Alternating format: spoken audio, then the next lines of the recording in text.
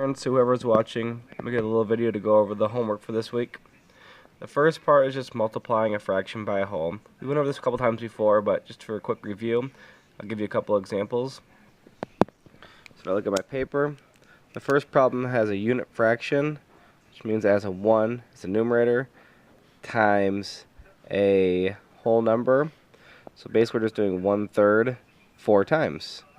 1/3 4 times would give us 1/3, that's 2/3, 3/3, and 4/3. 4/3 would be my answer. 4/3. And then I figure out how many 3's are in 4. There's 1. The one little piece left over. So 1 1/3 would be our total answer for that practice problem. That's that first section up there. Both those problems are exactly the same. Next one is reducing and simplifying a fraction. I tell the kids if you see both numbers are equal, you can always divide by 2. So for instance, if you can't think of a factor of 8 and 22, by the way, that factor would be like if I said 3 times 2 equals 6. These numbers you use to make an answer are called factors. Those are factors, that's a product. So think of a factor that goes into 8 and 22, well, a factor would be 2, because 2 times 4 gives us 8, and 2 times 11 gives us 22. So 2 can be shared for both those, which means if we divided them both by 2, we'd have an equivalent simplified fraction, 4/11.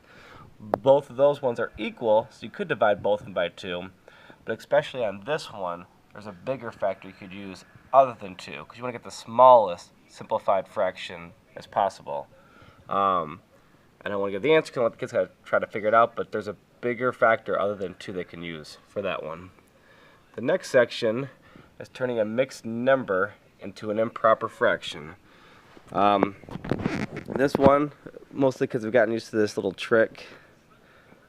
If I had 4 and 1/3, you basically have 4 holes and then 1/3 of another hole. So 1, 2, 3, 4 holes and 1/3 of another hole. So here is my 4 holes, just because I want to give a quick visual to the parents or kids who are watching. Here's 4 holes. These 4 holes are completely filled in. And I put them all in thirds because my fraction says third. That's what we want to visualize, is all of my holes into thirds, and then 1/3 left here. So there's my 4 holes plus a third. We're trying to figure out, to turn into a proper fraction, how many of those thirds are there all together? 1, 2, 3, 4, 5, 6, 7, 8, 9, 10, 11, 12, 13. There's 13 of those third-sized pieces. This is called an improper fraction. So we turn that mixed number into an improper fraction. Realistically, the trick is you can do 3 times 4, because you have 3 pieces in each hole, 1, 2, 3, and you have 4 holes. So 3 times 4 gives you how many pieces are in all those holes. And then you got to add that one numerator piece to that one numerator piece left over right there, which gives us 12 plus 1, 13 thirds.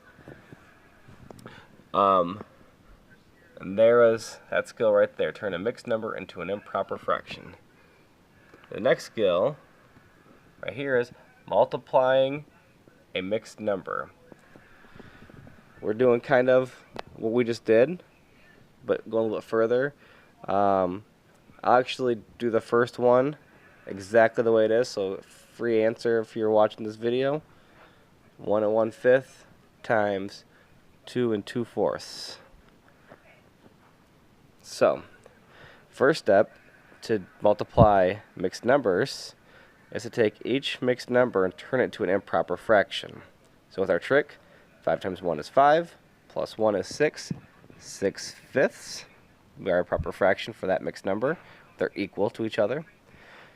2 and 2, 4, so 4 times 2 is 8, plus 2 is 10, so it'd give us 10 fourths. So I turn this mixed number into this improper fraction, they're equal. I turn this mixed number into this improper fraction, they're also equal. And now we can multiply. To multiply fractions, we can go straight across. 6 times 10 would be 60, 5 times 4 would be 20.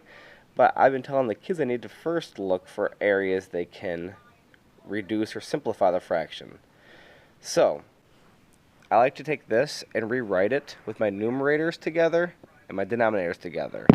So what I mean is 6 times 10 and 5 times 4.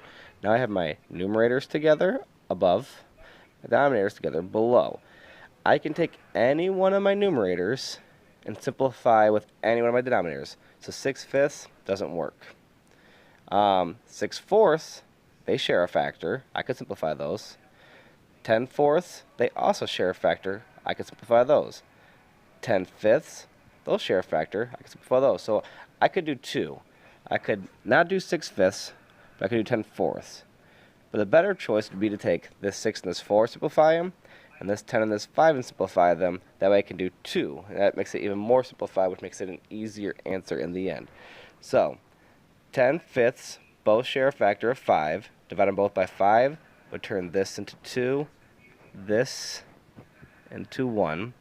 6 and 4 both share a factor of 2, which means I can divide this by 2, which gives me 6 divided by 2 is 3. 4 divided by 2 is 2.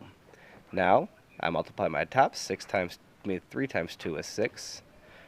1 times 2 is going to be 2. And so now these are much smaller simplified numbers than they would have been, which is much better. And lastly, I think about, before I can finish, I have to take my improper fractions and turn them into a mixed number, which means I got to figure out how many 2's are in 6. Well, if I counted by 2's, 2, 4, 6, there's 3, with nothing left over, so 3 would be my answer. So that's how you do that problem. I actually even gave it to you. It's right there, free answer. That means you just have to kind of work out that one by yourself with the same exact strategy. Last step would be adding and subtracting mixed numbers. So to add and subtract mixed numbers, the first step is always to make a common denominator. So, and the cool thing is on this problem right here, you already have a common denominator. They already have a 6 and a 6, so that's already there. So I'll do a quick one for each of these just to show. 1 and 1/2 plus, we're going to add 1 3/4. First step, find a common denominator. I can make a 2 into 4 by multiplying by 2. Means that my numerator also has to be changed by 2, which is going to turn this into 1 2/4. So I got to rewrite my problem. 1 2/4 plus 1 3/4. Now I have a common denominator, and I can add. 2/4 plus 3/4 is 5/4. 1 plus 1 is 2, but I can't have an improper fraction in my answer, so that means I gotta convert that to a mixed number, which is going to give us 1 whole plus 1 piece left over, so that 1 whole goes to my 2 wholes because it's 3 wholes, and 1/4 my answer for that. If I subtract, I'll do the same problem, and I'll subtract them. 1 1/2, it's up here, minus 1 3/4. Turn it into equivalent fractions by multiplying by 2. 2/4 minus 1 3/4. Oh, I actually can't do this. My fault. I'm going to change it. I'm going to change this into a 2. A little sloppy. Now I have 2 2/4 minus 1 3/4. Problem is I can't do 2/4 minus 3/4. I need more pieces here.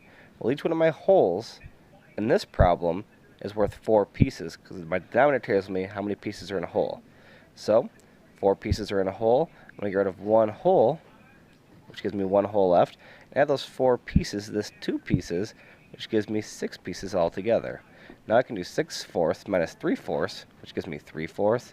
1 minus 1 gives me nothing. My answer is going to be 3/4. That's how I'm going to subtract. I tried to keep this video under 10 minutes, and so I did.